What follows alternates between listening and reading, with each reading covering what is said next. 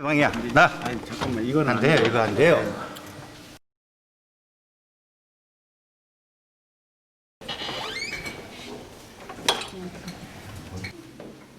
이 시민단체 활동가들의 규탄 대상은 시민운동사회의 명망가 이형모 씨였습니다. 원인은 그의 성폭력이었습니다. 그 이형모는 당시에 시민의 신문 대표뿐만이 아니라 뭐 희망포럼이라던가 시민방송 RTV 포함해서 10여 개 단체에서 대표 아니면 뭐 부대표, 이사 뭐 이런 되게 다양한 위치를 가지고 있었어요. 그가 대표로 있던 시민의 신문 직원들의 항의가 이어지자 이형모 대표는 스스로 성추행 사실을 인정하고 사퇴했습니다. 때문에 시민의 신문 직원들과 시민단체 활동가들은 이 문제가 금방 해결될 거라고 착각했습니다. 이형모가 굉장히 상습적이었기 때문에 신내신문 같은 경우는 뭐 신체 특정 부위를 만지고 이런 일들이 너무 많아가지고 대표실 벽을 유리로 만들자는 제안이 나올 정도로 퇴진운동이 이렇게 힘든가라는 되게 절망감을 가졌었는데 사퇴 이후 잘못한 것이 없다며 입장을 번복하고 최대 주주로서 권한을 행사한 이 대표. 그리고 이에 맞선 직원들. 복잡하고 지난한 대립구도 속에서 사태 해결의 최종 권한은 이사진들이 쥐고 있었습니다. 퇴임건이 이사회 안건으로 상정됐을 때 그럴 만한 건이 아니다. 퇴임까지 할 건은 아니다. 혹은 어떤 사람들은 이형모가 얼마나 중요한 역할을 하고 있는데 선거가 얼마 안 남았는데 우리가 시민사회에서 성폭력 사건으로 이렇게 시끄럽게 하는 거는 도움이 안 된다. 혹은 어떤 사람은 그런 말도 안 되는 말이 오갈 때 침묵한 이사들도 있었다. 시민사회 공동신문을 표방한 만큼 이사들은 진보 진영의 내로라 하는 명망가들로 채워져 있었습니다. 그중엔 희망제작소의 박원순 상임이사도 있었습니다.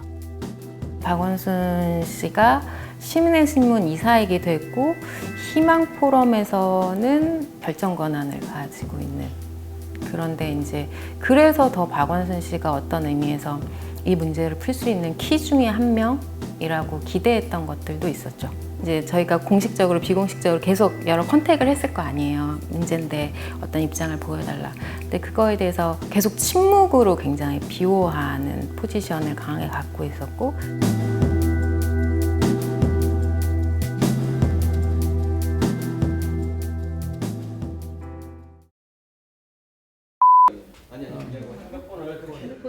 내 거? 내 것도 그러면 치울게. 자. 안희정 지사도 지난 어떤 맥락 속에서 낙마가 됐습니다. 젠더 감수성이라고 할까 이런 것에 부족한 것 때문에 일어나는 사고들이 그냥 끊임이 없지 않습니까? 뭐 정치권뿐만 아니라 우리 사회 전반에 걸쳐서 저는 뭐 인권 변호사로서 잘 아시지만 성희롱 사건을 가지고 최초의 판결도 만들어내고 여전히 생활 속에서는 아직도 이 고쳐 나가야 될 부분이 너무나 많다 이렇게 생각하고요. 박원순 시장은 젠더 문제가 우리 사회의 고질병이라는 것을 잘 알고 있었습니다. 그런 그가 갑작스레 스스로 숨을 끊고 성폭력으로 피소됐었다는 사실이 알려지자 우리 사회는 큰 충격을 받았습니다. 안희정 전 충남지사와 오거돈 전 부산시장의 성폭력까지 떠올리면서 우리 사회는 이 현상을 어떻게 해석해야 할지 혼란에서 벗어나지 못하는 모습입니다. 제작진은 이 의문을 풀기 위해 다양한 전문가들을 만났습니다. 또 권력형 성범죄라고 하는데요. 위력에 의한 성범죄라는 아직도 많은 성폭력 사건들의 피해자들이 자신의 피해를 드러내지 않고 있습니다. 신고율은 워낙에 낮으니까 10% 이하니까 이 얘기할 수 있는 분위기를 만들어주는 거는 상당히 중요하다. 그래서 저희가 가끔 이제 그 기관에 이제 컨설팅을 나가요. 얘기를 하고 나서 제대로 처리된 조직은 이제 분위기가 달라요. 사람들이 인식부터가 달라져 있어요. 제때에 발고되지 않고 제때에 밝혀지지 않고 제때에 고쳐지지 않아가지고 이제 피해자들이 모두 수행 비서를 하는 동안은 신고를 못해요. 그런데 보직 변경을 하고 난 다음에 하나같이 이제 신고가 들어오는 것들이 이제 이런 사건의 본질이다. 이게 바로 파워다. 이게 위계나 위력이라는 거다.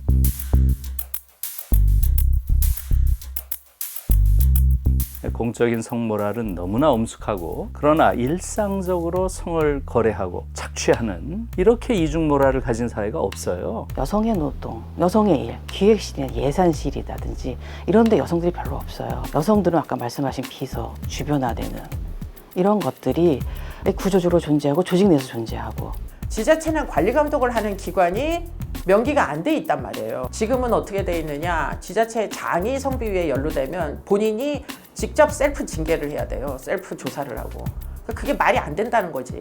통제받지 않는다는 거예요. 감시받고. 2018년 이후에 관련 법제도, 시스템 구축 이런 성과들은 사실 저는 있었다고 보여집니다. 근데 이런 성과와 이런 구조가 국회의원이라든지 광역자치단체장이라든지 이 정치 권력을 가지고 있는 분들에 대해서는 이 문제의 사각지대를 형성하고 있다. 실수를 하는 것을 그 주변에서 받아들이지를 못하는, 그것이 외부로 알려지면은 공동체의 운명을 지닌 자들이 모두 사실은 갖고 있는 것들을 다 내놔야 되는 이런 이제 그 특이성이 있다 보니까 박원순 시장 사건에서 보여주듯이 육친 사람들이라고 표현되는 정물 라인 중심으로 소통 구조를 가지고 있어요. 맞고 뭐 부인하고 묵인하고 방조하고 이렇게 해서 사건이 더 심화돼 버리는 거죠. 결국에는 안에서 해결이 안 되니까 피해자가 들고 밖으로 나가서 구조를 요청해 가지고 결국에는 뭐 사회 지탄의 대상이 되거나 이렇게. 사회 구조라는 시스템을 실제로 움직이고 있는 것은 사람입니다. 권력형 성폭력 속에서의 피해자와 가해자에 대한 심리적 분석을 들어봤습니다.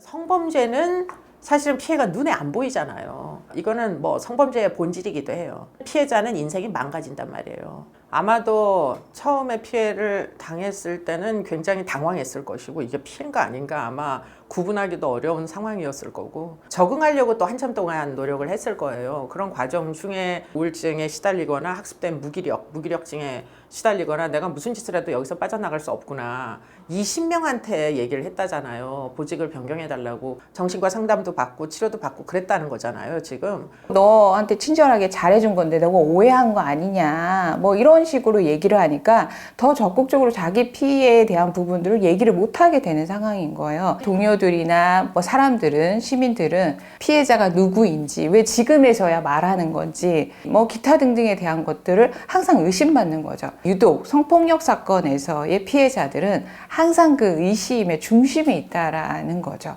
피해자에게 모두 손가락질을 하고 이렇게 되는 현상을 보면서 과연 피해자들이 피해 발굴을 할 수 있을까?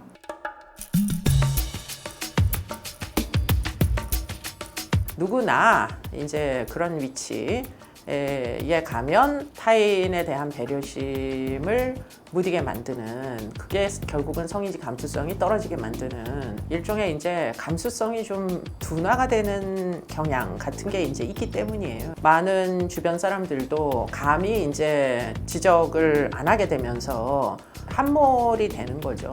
내가 모든 것들을 통제할 수 있다라는 생각들을 가지고 있는 거고 축소 부인하는 경우가 대체적인 반응들입니다. 그래서 기억이 나지 않는다. 내가 그런 말 했는지 잘 모르겠다. 뭐 그런 의도는 없었고 어쩌다 보니까 그런 상황이 된 것 같다.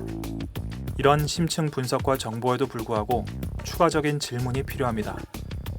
그것은 이 문제가 보다 도덕적 우위에 있다는 민주 진보 진영의 권력 속에서 일어난 것이기 때문입니다.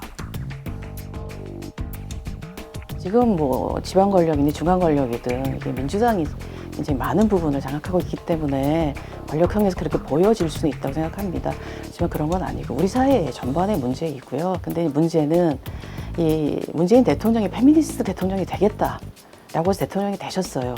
그럼 이 문제에 대해서 명확한 입장과 대응을 밝히셔야 되는데, 저는 사실 민주당하고 현 정부가 좀 잘못 알고 있는 건 2018년 이후 미투 이후에 우리 사회의 변화, 가장 큰 변화는 사실 피해자 잘못이 없다는 거예요. 가해자 잘못이다라고 하는 사회적 공감대는 어느 정도 형성됐다고 생각합니다. 그리고 그 2030 여성 세대들은 피해자의 피해에서 자기의 모습을 보는 거예요. 한 시대가 가고 있는 거예요. 거기서 충돌이라고 생각합니다. 사물을 바라보는 게 너무 달라요. 근데 뭐 충격을 받으실 수는 있다고 생각해요. 나도 존경했던 분이기도 하겠거니와 실수를 인정을 하고 실수로 사과를 하면 되는 일인 거예요. 그거는 누구나 똑같은 얘기예요. 뭐 우파는 예외고 좌파만 비판하고 이런 얘기가 아니란 말이에요. 이건 정치 이슈가 아니에요. 그런데 문제는 사람들이 이 사건을 정치 이슈화를 지금 하는 게 제가 볼 때는 굉장히 좀 특이하다. 절대로 그 사람들은 그럴 수 없는 존재인 것처럼 생각하는 것 자체가 어쩌면 문제라고 생각해요. 운동사회, 진보사회에서의 성폭력은 뭐 너무나 많았죠. 정말 말도 못하게 뭐 학생회실부터 해서 뭐 온갖 장소에서 말도 못하게 많고, 그런 사건들을 이제 공론화하기 위해서 대자보를 붙였을 때 예비역 선배들이 와서 피해자 말만 듣고 이게 성폭력인지 아닌지 어떻게 하냐. 이 사건이 이렇게 공론화되면 안 그래도 학생운동이 굉장히 힘든 위치에 놓여 있는데 대중들이 우리를 어떻게 생각하겠냐. 그 세대 전체가 여유도 없었고, 왜냐하면 눈앞에 보이는 독재라는 게 너무나 야만성이 심각한 것이었기 때문에 진지하게 사과하거나 하지 못하고 그것을 정치적인 투쟁에 빌미를 줄 수 있다고 하는 두려움으로 그렇게 가는 중요한 이유 중에 하나는 지난 100년 동안의 한국 역사라는 게 단 한 번도 과거 청산을 하지 못했다고 하는 그런 것과 밀접한 좀 관계가 있다고 봐요. 친일 역사라는 게 양민학살, 독재 정권 하에 수없이 많은 사법살인, 고문, 그런 데 대한 집단적 피해의식 같은 것. 그래서 저는 이 86 세대가 지금이라도 한국 사회를 질적으로 변화시키는, 적극적으로 그걸 주도하고 그것을 이루어내야 돼요.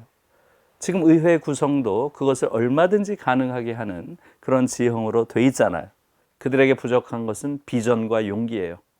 이 사회를 변혁시킬 비전도 보이지 않고, 이 비전을 실현하기 위해서 그들이 감당해야 될 용기 있는 결단도 보이지 않아요. 이영모 성폭력 사건 때와 마찬가지로 그 주변 인물들이 너무나 적극적으로 박원순의 고통에 공감할 뿐 피해자의 고통에 공감하지 않는, 이것들을 너무나 잘 아는 사람들이 어떻게 이렇게 선별적으로 자신과 가까운 이 사람의 고통에만 감정이입을 하면서 이 사람의 명예를 어떻게 보호해 줄까에 이렇게 혈안이 될 수 있을까?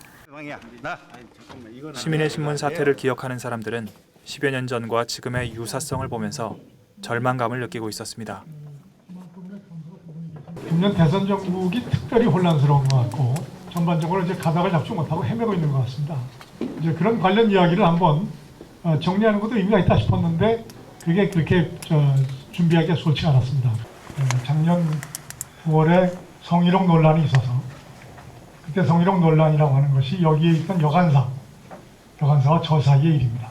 제가 성희롱할 의사가 없었는데 문제 제기를 하니 내가 미안하게 생각한다 이렇게 이제 사과를 했고, 이 사회에서 이 사안은 대표이사가 사퇴할 사안이 못 된다 이렇게 해서 이제 이사님들이 저의 사표를 반려를 했습니다.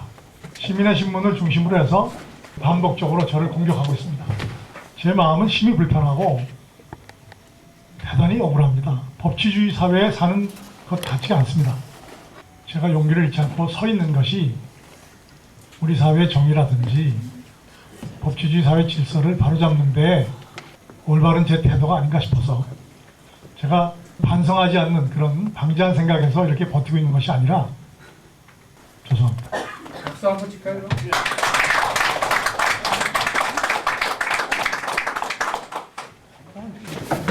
사퇴 안 하시기로 한 거예요? 언제 논의하십니까? 너는 뭐야? 그런데 만만하지 마십시오. 아니 너라뇨? 만만하지 마십시오. 너 애비 없어? 애비라뇨? 시민의 신문 자체는 폐업하고 서버 폐쇄하고 이런 식으로 해서 이영모는 어쨌든 아주 꾸준히 잘 활동을 한 거죠. 그 이후에 계속. 그래서 피해자와 기자들만 그 판에서 사라진, 우리가 2006년도에 정말 더 잘 싸워서 이영모를 제대로 파면시키고 운동사회에서 그 사람을 제대로 정리했다면, 그랬다라면 2020년 박원순에 이런 사건은 없지 않았을까? 이런 자괴감에 굉장히 또 많이 시달렸거든요. 되게 많은 활동가들이. 왜냐하면 박원순은 물론 자기가 뭐 인권 변호사로서 어떤 걸 하기도 했지만 어쨌든 그런 성희롱이 용인된다라는 걸 한편으로 목격한 사람이잖아요. 또 다른 피해자가 생기고 또 다른 누군가가 가해자가 된 것 같다. 이렇게 아파하고 후회하고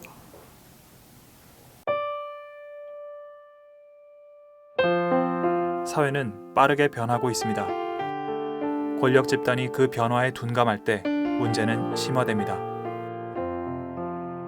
독일에서는 성교육을 가장 중요한 정치 교육이라고 불러요. 민주적이지 못해서 벌어진 일들이거든요. 요번에 해야 될 것은 바로 공개적으로 공론장에서 이런 문제를 다뤄야 되는 거예요. 최근 2년간의 그 국민청원 그 중에 60% 이상이 다 젠더 이슈였고 성폭력, 여성 폭력과 관련된 문제들이었어요. 그래서 지금이 바로 그때다라는 거예요. 이번 사건을 통해서 분명한 어떤 교훈을 우리는 얻어야 될 것이라고 생각합니다. 좌절하기보다 피해자와 연대하겠다라고 말하는 이 수많은 평범한 시민들을 보면서 우리가 계속 변화해 갈 수 있다라는 그 희망들을 삭제시키지 않았으면 좋겠어요.